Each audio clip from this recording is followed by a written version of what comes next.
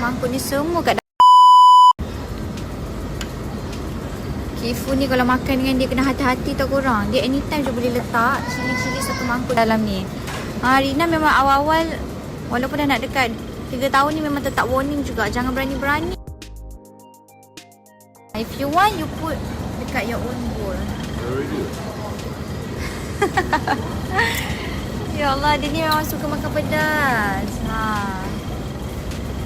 Tidak pedas langsung tu. Dia memang gila ni. Ya Allah, takut Awak dah 3 tahun dengan saya kan?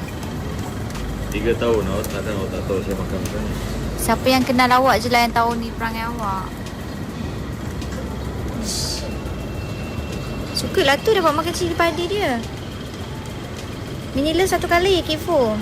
Ungku Jabbar. Ni ke ungku Jabbar yang garang sangat tu? Takut. Ungku Jabbar.